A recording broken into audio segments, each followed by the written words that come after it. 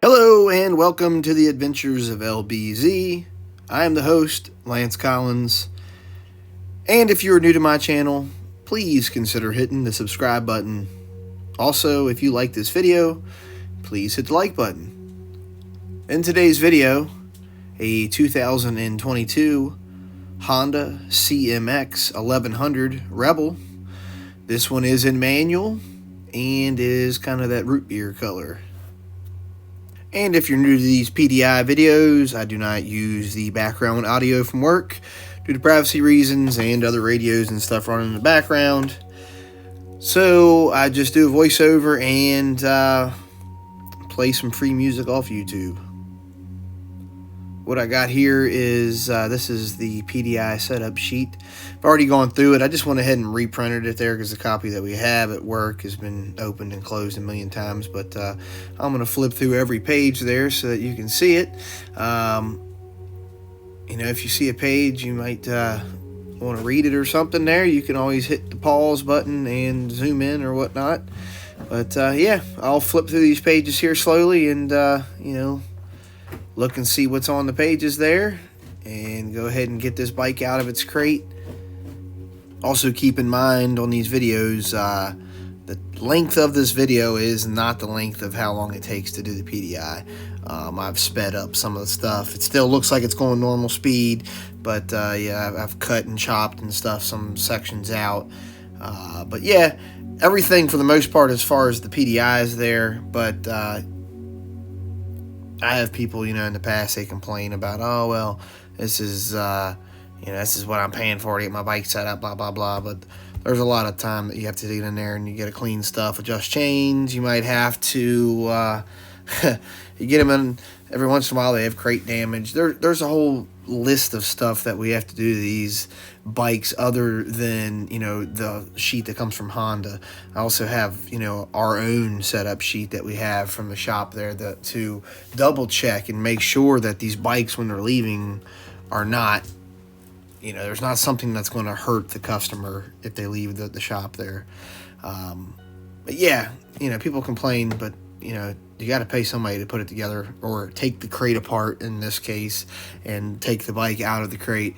You still have to pay for the fuel that's going in it. You have to put the oil that goes in it. Some of these already have oil in them, like this one here has already got plenty of oil in it to start it. But when you do the final PDI to send it out the door, this is kind of the PDI to get them onto the showroom. But when you're doing the final PDI when it goes out the door, you may have to add oil after the bike has been ran for a little bit, and you check it again and it might just be a little bit low, so you top it back off. But yeah, no excuses. We'll get back to this here. I grabbed a 10 millimeter, I believe, on this one. All the crate bolts themselves are 10s, and then the bolts that run down in the center that hold to those clamps I'm taking off now, those are 12s. Those are nuts. So pretty much all the bolts are 10 millimeters, and any of the nuts are going to be 12s on these particular machines. And I do keep the bolts that are good and the nuts that are good.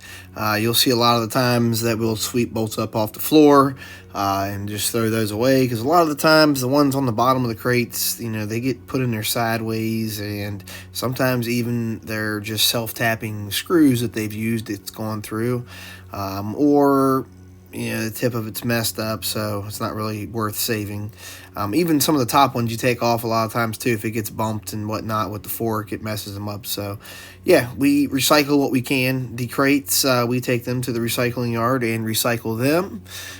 They use that in return to do company picnics and stuff like that. Pretty cool.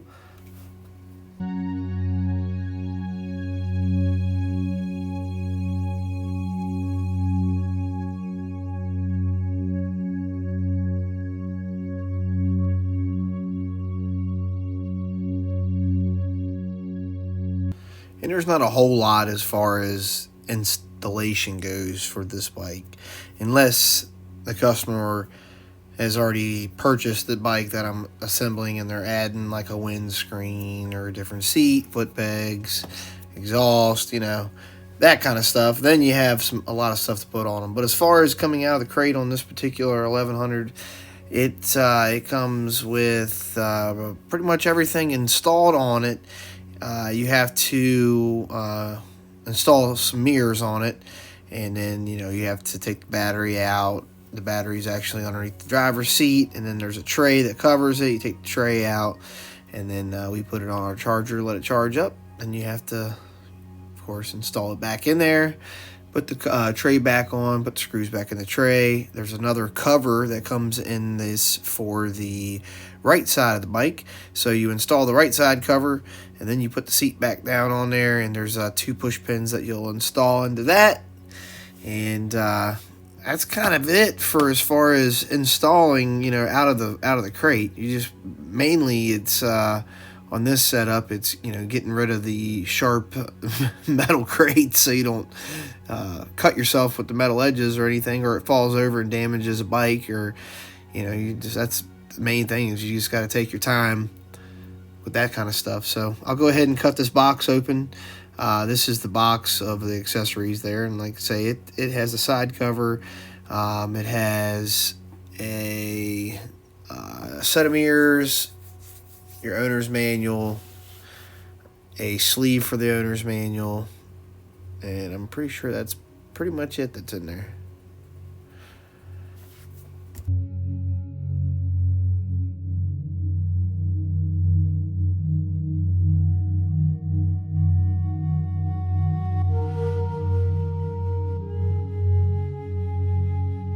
And that was the side cover. There's the owner's manual.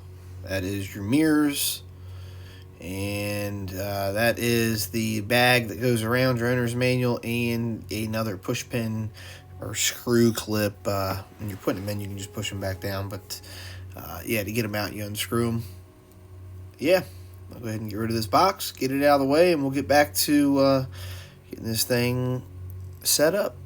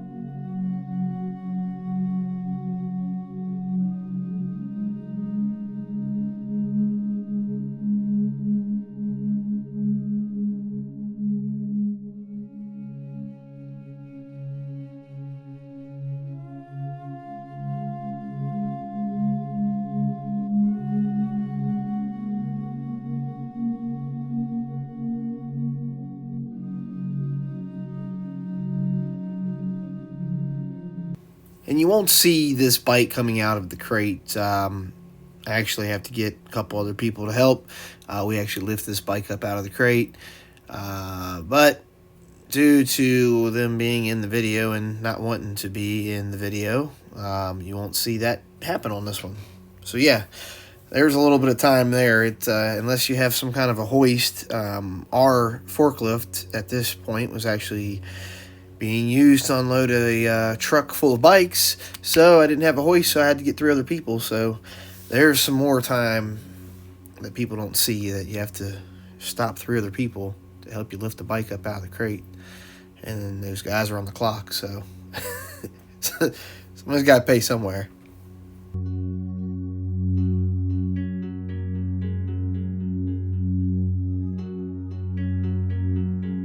And these are the bolts I was talking about earlier. These are the ones that are out of the bottoms of some crates that I had already built, just cleaning my area up, keeping it nice and clean, so if I do have to get down on the ground, I don't get too dirty.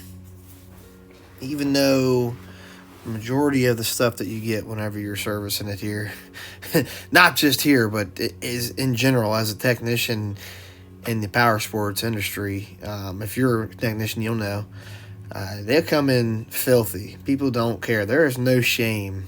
After almost 20 years of this industry, there is no shame. People will bring their stuff in right from the mud hole and want you to freaking do a valve adjustment or something on it. It's insane. But yeah, getting the seat off of this guy, it pops off with the key. Turn it, or you press in and turn the key, and then it releases the front part of the seat. You lift it from the front part and it unhooks from 2 latches, and then there's a tray that is underneath the seat that has 2 Phillips screws in it. Yep, there's 2 Phillips screws, and there's a Phillips, that's the push pin there, that's in the front there. It's got a Phillips on it too. I had some guy comment that there's never been a Phillips screw used on a metric motorcycle. So I don't know what you call it. What is it? There's a hex screw that's coming out of there, but I mean, you can call it what you want. I call it a Phillips.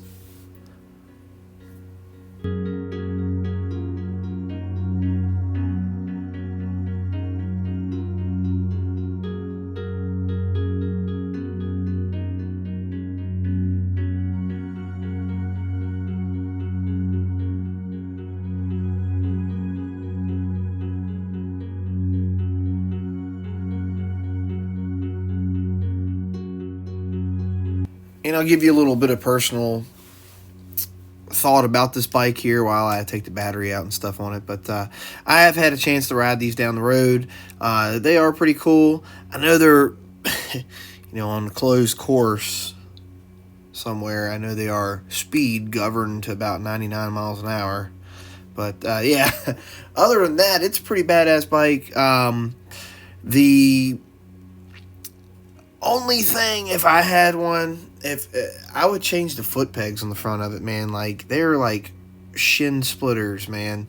If you're sitting on it and you go to like back the bike up somewhere, those foot pegs and how they position them on this bike, they are right dead smack center to your shin. And I'm not the only one.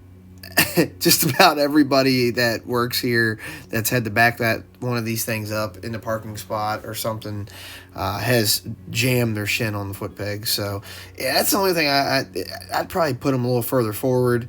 It does feel like you're a little cramped back. I'm 6'2".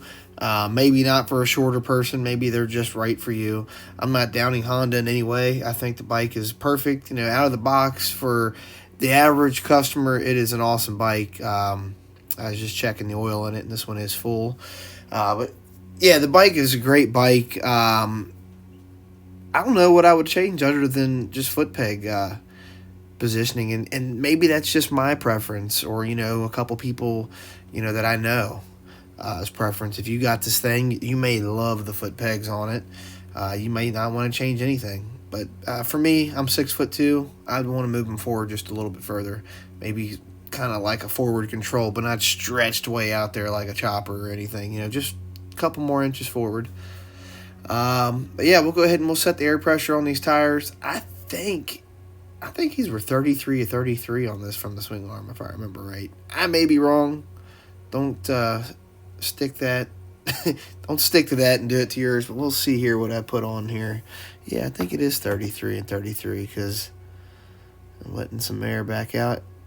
Yeah, 33. So Yeah, front and rear I believe on this was 33. Another thing I do like about this bike, and you'll see whenever I ride it here later on in the video, I don't get to go out on the road, I just ride it around the parking lot in this one, but it does turn really good in the parking lot. I can make a pretty tight circle with it, per se, and I'm not really even locking the bars all the way over, so yeah, it's pretty agile, maneuvering in a parking lot, other than, when you're going to back it up, catching a shin on the foot peg or something. Yeah, traction control works great on these things. You can adjust all that stuff in the settings. You'll see I kind of romp on it right whenever I'm taking off. I expected it to spin because, the tires are brand new, and it's, I think it might have only been like 40 degrees. It might have been hotter than that out there in this one, but, brand new tire. Usually it'll just kind of spin a little bit on nice, on the asphalt out there. But the traction control that Honda has is great, and it kept it from spinning. So yeah, I didn't spin the tire at all. You don't have to worry about whoever gets this bike having a burnout done on this tire, because it didn't spin, because the traction control did what it was supposed to do. And it didn't feel awkward. I actually chopped throttle because the bike started going faster than what I was wanting to go in that little section of the outside, where I'm making a turn through a parking lot. And I used to be a big road guy and ride bikes all the time on the street myself. And what's crazy is these style of mirror from Honda is the only mirror. I've switched all kinds of different mirrors when I've had, different, like I've had a Honda Fury, VTXs, stuff like that. I've also had CBRs and all that stuff. Their mirrors are great on them already. I don't really change them. Most of the time, if we're doing track days or something on those, you're taking them off. But as far as mirrors go, they might not look the best, but these mirrors, if you ride with them, you'll know what I'm talking about. You get absolutely no vibration, unless your handlebars are vibrating. But as far as the mirror itself doesn't vibrate. So if you don't have any vibration coming back through your handlebars, you can actually see out of those mirrors. Where every time I bought something aftermarket or a different style of mirror, the damn things vibrated so bad that I couldn't see out of them anyway, so it was pointless. And these are just like any of the other mirrors on these cruisers on the Hondas. It's a 14 millimeter wrench. You'll tighten the bottom one. It's pretty much like a spacer. You'll tighten that down, and then you'll reposition the mirror and tighten the lock nut down to lock the mirror into the position that you want with the 14.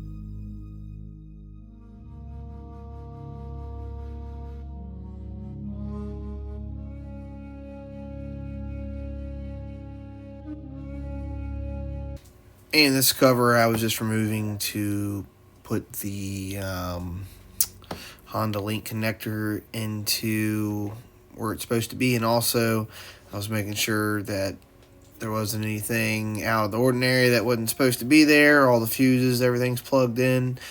Just part of PDI procedure checkups. Making sure all the rubber grommets are correctly installed. All the stuff we got to check over on there. And then I'll go ahead and get the battery off of the charger. I'm also checking the wires on that side too, just making sure everything's good there. But yeah, you'll get the battery off the charger, and we'll go ahead and get this guy installed and tightened down, and we'll get the battery tray back on it. We'll get the battery or the owner's manual installed into the battery tray above the toolkit, and get the seat back on, get this thing filled up with gas, and go out and take it for a test spin.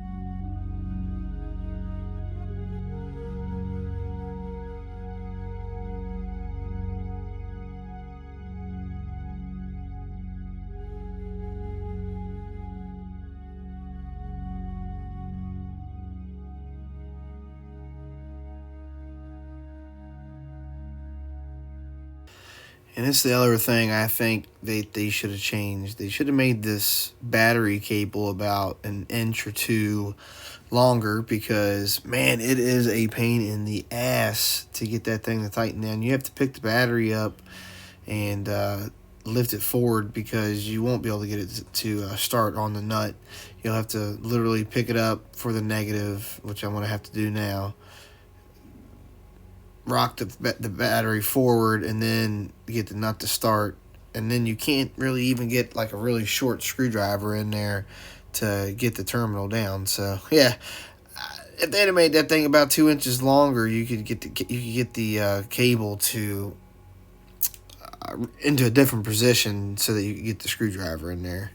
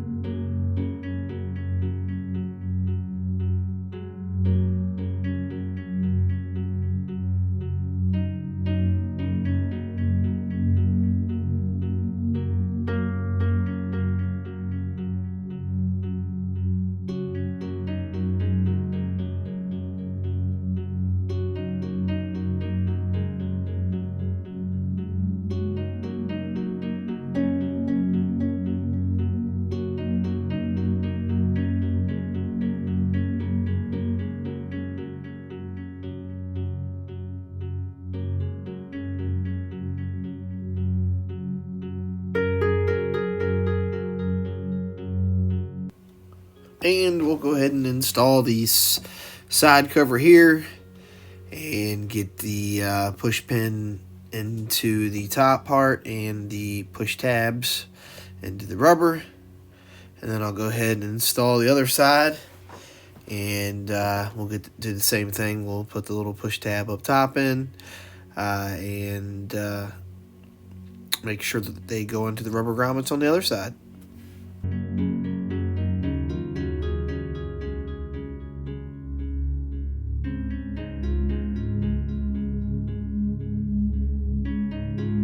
I really like the color of this bike. What's kind of crazy is when you get outside and the outside light, it actually sometimes looks almost maroon if you look at it some ways, and then the other ways, it looks really root beerish, or like a candy brown metallic or something. It's pretty cool. And what I'm going to use now to go ahead and polish this guy up is the Honda spray polish and cleaner.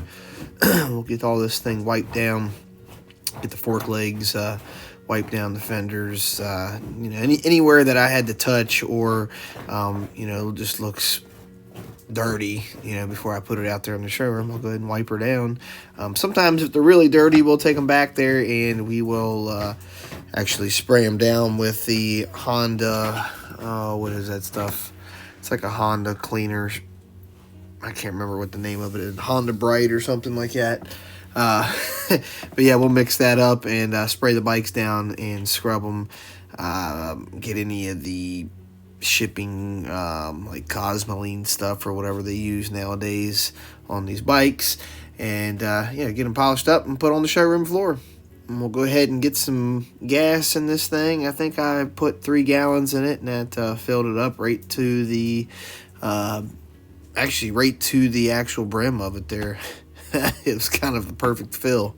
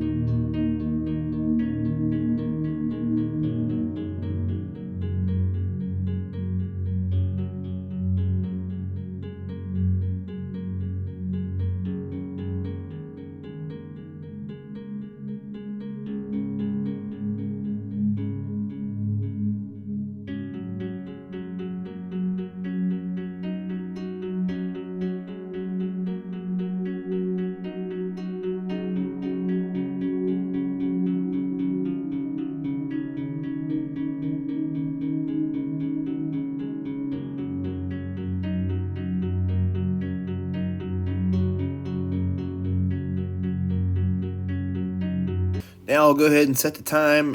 You will hold the up and down arrow, and I think it's like the mode button. You hold those two, and then it'll let you go to like 12 or 24 hour, and then you'll go and up and down arrow change the numbers, and the mode button changes it from minute to hours. And set the time on this thing, and then I'll go ahead and do a final walk around, and we'll take it outside.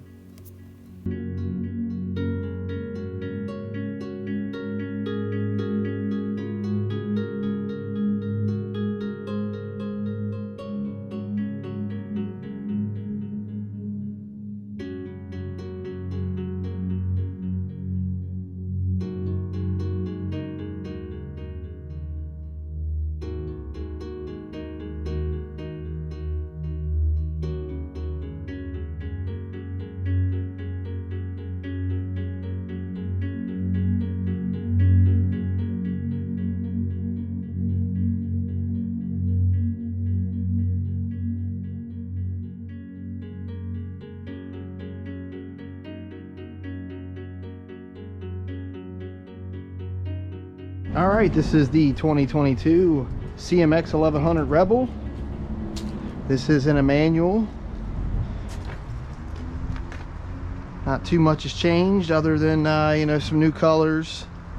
Yeah, other than that, I don't think there's a whole lot that's changed at all on it from the other one from 2021.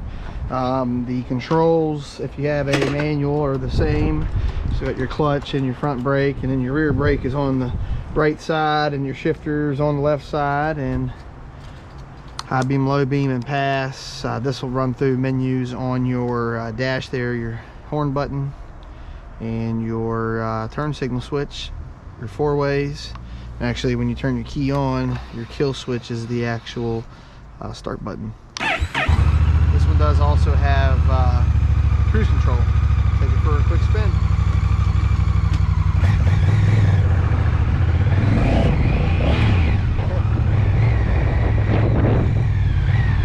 Have traction control. That's what I just hit. Fresh tire.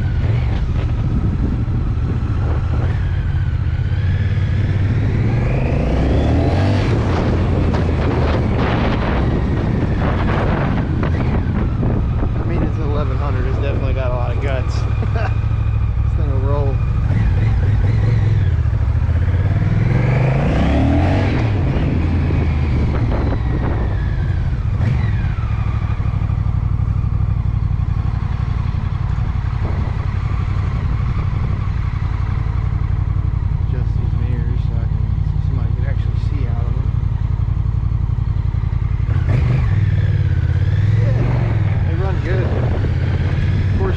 Sport mode and stuff like that.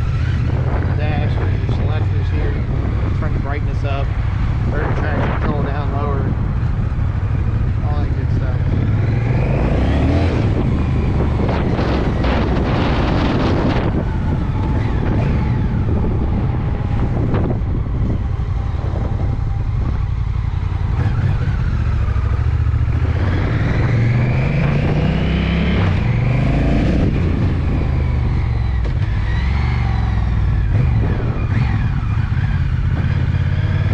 And that's going to be it for today's video.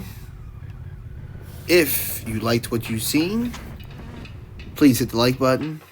Also, if you're new to this channel, please hit the subscribe button. As always, thanks and have a great day.